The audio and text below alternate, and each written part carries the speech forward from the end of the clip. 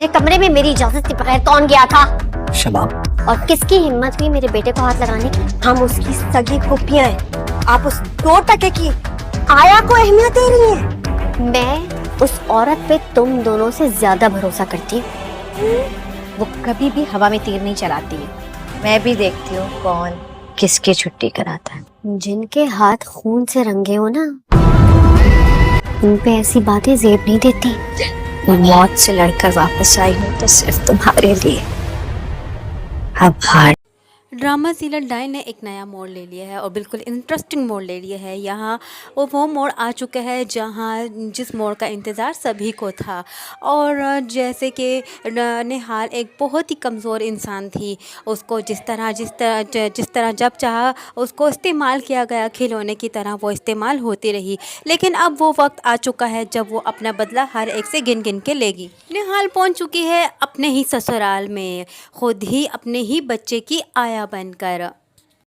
वो अपने बच्चे के साथ अपनी ममता शेयर करना चाहती है और अपने बच्चे को अपना माँ का प्यार देना चाहती है। इसके लिए वो कुछ भी कर सकती है और साथ ही साथ वो बच्चे को हासिल करना भी चाहती है। और दूसरी जानिब उसके साथ जितने मजालिम किए गए, जिसने जिस तरह जो किया, वो उसका बदला लेने आई है सभी से। अब वो किसी को नहीं छोड़ेगी और चुन चुन के हर एक से अपना बदला लेगी। जिसने जिस तरह किया उनके साथ, वो अब उसी तरह बदला लेगी। यहाँ वो अब चकमा देगी शबाब को। शबाब जिसने इसको खिलौना बनाकर इस्तेमाल किया और अपनी ख्वाहिश पूरी होने के बाद उसे इस तरह इस घर से निकाल दिया। और साथ ही साथ जिन दुश्मनों ने उसे मारने की कोशिश की, बल्कि उन दुश्मनों का साथ देने दिया, उनका जुर्म आज तक छुपाए बैठी है। लेकिन यहाँ अब निहाल खुद अपना बदला लेने आ चुकी है। निहाल अब किसी को नहीं छोड़ेगी। निहाल जो कि अब अपने बच्चे के साथ टाइम स्पेंड करने लगी है और शबाब भी उस पर यकीन करने लगी है। शबाब जो कि अपने ही बेटे की पुप्पो पर यकीन ही नहीं करती, जो भी कि उसकी पुप्पो जब उसके पूछे बगैर जब अपने ही भतीजे से प्यार करती हैं तो शबाब इस बात का काफ़ी ज़्यादा बुरा मनाती है और उन्हें कहती है कि मेरे पूछे बगैर मेरे ही कमरे में कौन गया था, मेरे बेटे के पास कोई भी मेरे पूछे के बगैर नहीं जाएगा। तो यहाँ उसकी पुप्पो कहती हैं कि हम दोनों उसकी पुप्पो हैं और हम उससे प्यार करने गए थे। लेकिन शबाब उन्हें कहती है कि मुझे तुम लोगों पर एतबार नहीं है। तो उनकी पुप्पो ने यही कहती है कि तुम्हें उस 2 टके की कल की आई हुई मेड पर यकीन है, लेकिन जो उसकी अपनी सगी पुप्पो है उस पर तुम्हें कोई यकीन नहीं। यहाँ अब पुप्पो शबाब को भी बर्दाश्त नहीं करेंगी। दोनों पुप्पो अब कोई ना कोई ऐसी स्कीम तैयार करेंगी जिससे शबाब को अब इस घर से निकाला जाए, क्योंकि अब शबाब वो कर रही है जो वो नहीं चाहती और हमेशा से होता चला आया है।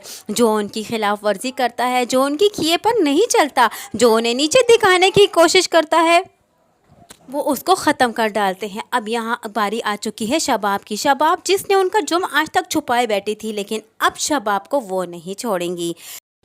यहाँ अब शामत आने वाली है बहुत जल्द शबाब की खैर नहीं है अब इन्हीं तीनों की वजह से, जिन तीनों ने मारा था नेहा।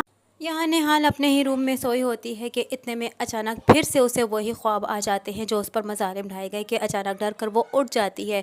क्योंकि निहाल अंदर से तो अब भी वो इसी तरह कमज़ोर इंसान है, लेकिन वो किसी के मजबूत बनाने पर बनी है। उसको मजबूत बनने में अभी भी टाइम लगेगा, क्योंकि वो तो सिर्फ अपनी ममता पाने के लिए यहाँ आई है। यहाँ दूसरी जानिब पुप्पो आखिरकार आ जाती है निहाल के सर पर और शायद कि वो पहचान भी जाएगी निहाल को। और निहाल को यहाँ वो धमकी दे गई कि तुम्हें इस घर से जल्द निकाला जाएगा। लेकिन निहाल ये कहेगी कि मैं हवा में तीर नहीं छोड़ती। वक्त बताएगा कि आने वाले वक्त में कौन किसको यहाँ से निकालता है और इंशाल्लाह तुम ही इस घर से जाओगी। और यहाँ जब जैसे पुप्पो जो है वो शबाब को धमकी देने की कोशिश करती हैं तो शबाब भी उन्हें डायरेक्ट यही बात कर देती है कि जिनके हाथ खून से रंगे हो उनके साथ ऐसी बातें ज़ेबा नहीं देती।